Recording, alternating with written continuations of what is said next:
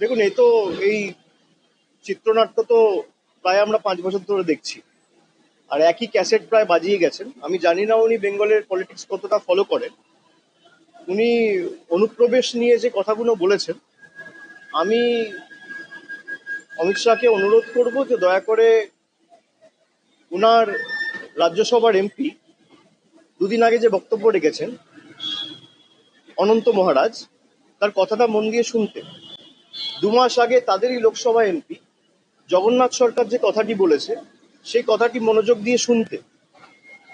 আমি বলছি না, 50 জনের বেশি বিজেপির এমএলএ যে রাজ্যসভার সাংসদকে পদ্মফুল চিহ্নে জিতিয়ে রাজ্যসভায় পাঠিয়েছে, সেই বিজেপির সাংসদ অনন্ত মহারাজ বলছেন যে দেশের স্বরাষ্ট্রমন্ত্রী হচ্ছে সব থেকে বড় ঘুষপেটিয়ার পাকিস্তানি।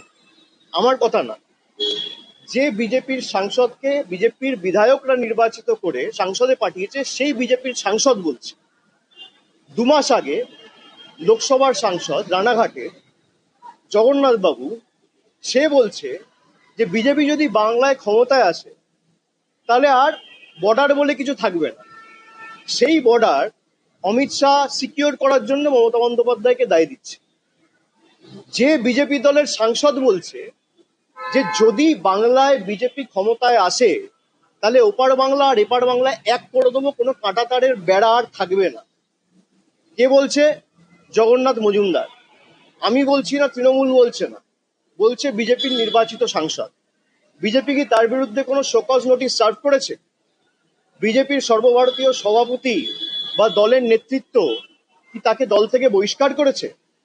বিজেপির নেতৃত্ব তার বিরুদ্ধে কোনো রকম কোনো ব্যবস্থা নিয়েছে? এখনো পর্যন্ত রাজ্যসভার সাংসদ অনন্ত মহারাজকেও শোকজ করা হয়নি, আর আমি যতদূর জানি জগন্নাথ বাবুকেও শোকজ করা হয়নি। তা অমিত শাহ আগে তাদের দলের বিধায়ক লোকসভা এবং রাজ্যসভা তাদের সাথে কথা বলুক, তারপর এসব বলবে। আর যে সমস্ত এইসব চিত্রনাট্য আমাদের দেখাচ্ছে যে ঘুষপেটিয়া, আরে আপনি দেশের স্বরাষ্ট্রমন্ত্রী, দেশের রাজধানীতে বিহার নির্বাচনের 4 দিন আগে বিস্ফোরণ হয়েছে, তাই কার? দিল্লিতে মমতা ব্যানার্জির সরকার। জম্মু কাশ্মীরে 4 জন জঙ্গি ঢুকে 26 জনকে দিনের আলোতে গুলি করে ঝাঁঝরা করে মারলো। জম্মু কাশ্মীরে পুলিশের দায়িত্বে কে রয়েছে? ইউনিয়ন মিনিস্ট্রির আন্ডারে রয়েছে পুলিশ। বর্ডারের পাহারায় কে দায়িত্বে রয়েছে? বিএসএফ। তাহলে একদিকে বিএসএফ আপনার স্বরাষ্ট্র মন্ত্রকের অধীনে, অন্যদিকে দিল্লি পুলিশ থেকে শুরু করে জম্মু কাশ্মীর পুলিশ আপনার স্বরাষ্ট্র মন্ত্রকের অধীনে। তাহলে দিল্লিতে কেন হলো? জম্মু কাশ্মীরে পেহেলগামে কেন হলো? এর দায় কার? ভারতবর্ষে যবে থেকে স্বাধীন হয়েছে, দেশের স্বাধীনতার পর সারা দেশে সব থেকে ব্যর্থতম এবং সব থেকে অপদার্থতম যদি কোনো স্বরাষ্ট্রমন্ত্রী থেকে থাকে তার নাম হচ্ছে অমিত শাহ। আপনি জিজ্ঞেস করুন, যে বিজেপির সাংসদরা বলছে যে দেশের স্বরাষ্ট্রমন্ত্রী নিজে একজন ঘুষপেটিয়া, সে এসে বলছে বাংলায় ঘুষপেটিয়া আটকাও। আরে বাংলায় যদি ঘুষপেটিয়া হয়ে থাকে, 11 বছর ধরে আপনার সরকার কেন্দ্রে, 6 বছর ধরে আপনি দেশের স্বরাষ্ট্রমন্ত্রী, সবার আগে আপনার রিজাইন করা উচিত। আপনি কাকে এসব বোকা বানাচ্ছেন? কাকে এসব বলে বোকা বানাচ্ছেন? আর মতুয়াদের যেভাবে ওই নাগরিকত্ব দেখিয়ে আপনারা গাজর দেখিয়েছেন, মতুয়াদের প্রতিনিধি ভারতীয় জনতা পার্টির লোকসভার সাংসদ এবং বিধায়করা বলছে যদি মতুয়ার নাম বাদ যায় বাদ যাবে। এ আবার তৃণমূল বলছে না, বিজেপির লোকেরাই বলছে। দুর্নীতি বন্ধ করার কথা বলছে, আর সব থেকে বড় দুর্নীতিবাজ থেকে পাশে বসিয়ে প্রেস কনফারেন্স করছে, যাকে টিভির পর্দায় টাকা নিতে দেখা গেছে। এই হচ্ছে ভারতীয় জনতা পার্টির রাজনীতি। যারা বাংলাকে অপমানিত করেছে, উনি গুয়াহাটি থেকে বাংলায় এসছে কালকে ফ্লাইটে। আসামের মুখ্যমন্ত্রীর নাম হচ্ছে হিমন্ত বিশ্ব শর্মা। তিনি 2 মাস আগে বলেছেন যদি কেউ বাংলায় কথা বলে তাকে ধরে ডিটেনশন ক্যাম্পে নিয়ে যাও, জেলে ঢোকাও। আপনি হিমন্ত বিশ্ব শর্মার বিরুদ্ধে কি ব্যবস্থা নিয়েছেন? বাংলার ইতিহাস জানে না। রবীন্দ্রনাথ ঠাকুরকে আজকে বলেছে রবীন্দ্রনাথ সান্যাল। রবীন্দ্রনাথ ঠাকুরের জন্মস্থান জানে না। এদের নেতারা মা দুর্গার বংশ পরিচয় নিয়ে প্রশ্ন তোলে, ঈশ্বরচন্দ্র বিদ্যাসাগরের মূর্তি ভাঙে, স্বামী বিবেকানন্দকে বামপন্থী প্রোডাক্ট বলে। তাদেরকেই পাশে বসিয়ে অমিত শাহ প্রেস কনফারেন্স করে বলে সোনার বাংলা তৈরি করবো। এই হচ্ছে বিজেপির প্রকৃত স্বরূপ। সুতরাং বিজেপি সম্পর্কে যত কম বলা যায় তত ভালো, গলা বিশ্রাম পাবে। গত নির্বাচনে এরা নির্বাচনের আগে পরিযায়ী পাখির মতো আসে। যখন বাংলার মানুষ 100 দিনের টাকা পায়নি, হা করে চিৎকার করেছে, তখন একদিন এসে মানুষকে রিলিফ দেয়নি। আজকে 2 মাস পর নির্বাচন, তাই হঠাৎ করে বাংলার কথা মনে পড়েছে। পরিযায়ী শ্রমিক, পরিযায়ী পাখির মতো। আজকে পরিযায়ী শ্রমিক থেকে শুরু করে বয়স্কদের যেভাবে হ্যারাস করা হচ্ছে এসআইআর এর নাম করে, আজকেও একজন রামনগরে মারা গেছে, গতকালও একজন রানীবাদে মারা গেছে। রোজ সকালে একটা করে মৃত্যু সংবাদ। কটা বিজেপির নেতা সাংসদ গেছে এই মানুষগুলোর পাশে দাঁড়াতে? যারা মারা গেছে তারা ঘুষপেটিয়া, যাদের নাম বাদ পড়েছে। নির্বাচন কমিশন কেন এখনো পর্যন্ত তালিকা প্রকাশ করে প্রমাণ করতে পারছে না এদের মধ্যে কজন রোহিঙ্গা ছিল, কজন বাংলাদেশি ছিল? আজকে দেখলাম স্বরাষ্ট্রমন্ত্রী রোহিঙ্গার বাংলাদেশি নিয়ে কিছু বলছে না। এতদিন এসে খালি বলতো রোহিঙ্গার বাংলাদেশ। বাংলাকে অপমান করার যে চক্রান্ত, ষড়যন্ত্র, বাংলাদেশি বলে দাগিয়ে দেওয়া, বাংলাকে অপমানিত করা, বিজেপি শাসিত রাজ্যে বাংলার মানুষগুলোকে ধরে ধরে তাদের উপর অত্যাচার করা।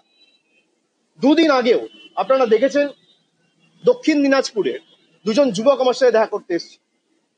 একজনের নাম অসিত সরকার, একজনের নাম গৌতম বর্মন। একজনের বাড়ি তপনে আর একজনের বাড়ি কুমারগঞ্জে।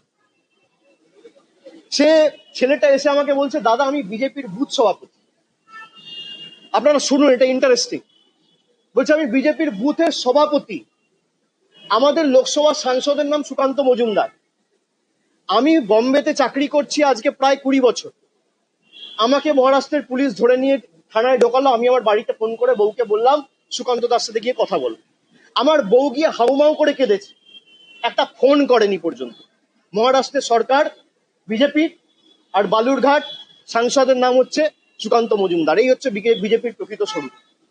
বলছে আমাদের একমাত্র দোষ আমরা বাংলায় কথা বলেছি। বিনা কারণে, কোন রকম কোনো কারণ ছাড়া আমাদেরকে 7 মাস জোর জবরদস্তি জেল খাটিয়েছে। এরকম ভুড়ি ভুড়ি উদাহরণ রয়েছে, 1000-এর উপর কেস রয়েছে।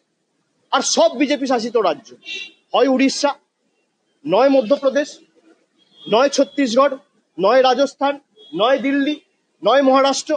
অমিত শাহ জবাব দেবে? আপনারা সাংবাদিকরা প্রশ্ন করেন না কেন? মিডিয়া হাউসের চাপ আছে আমি জানি, কিন্তু প্রশ্ন করতে তো অসুবিধা নেই, প্রশ্ন করুন। যে আপনি রবীন্দ্রনাথ ঠাকুরকে বলছেন রবীন্দ্রনাথ সান্যাল, প্রধানমন্ত্রী বঙ্কিমচন্দ্র চট্টোপাধ্যায়কে বলছে বঙ্কিম দা, রবীন্দ্রনাথ ঠাকুরের জন্মস্থান চেনেন না, পঞ্চানন বর্মাকে বলছেন পঞ্চানন বর্মন। আপনারা কি বাংলা নিয়ে কাজ করবেন? আপনার বিধায়ক সাংসদরা বলছে মতুয়ার নাম বাদ গেলে যাক।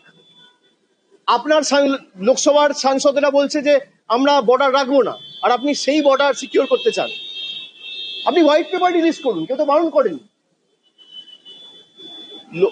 এরা ক্ষমতায় আসার পর নোটিফিকেশন ইস্যু করে যে বর্ডারে 2 কিলোমিটার 5 কিলোমিটার এদের ক্ষমতা ছিল, সেটা বাড়িয়ে কোথাও 50 কিলোমিটার করেছে, কোথাও 80 কিলোমিটার করেছে।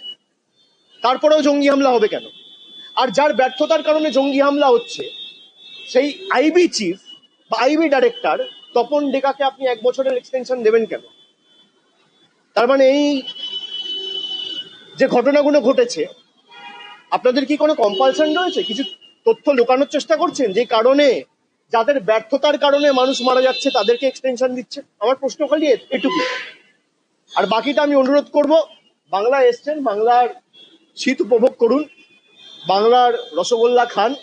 এমনি বাংলার মানুষ লাড্ডু দেবে 3 মাস পরে। বাংলার আলু পোস্ত ভাত খান। দিল্লির থেকে বাংলার হাওয়া ভালো, একিউআই ভালো। দিল্লিতে 500-র উপরে, তুলনামূলকভাবে আমাদের পরিবেশ অনেক ভালো।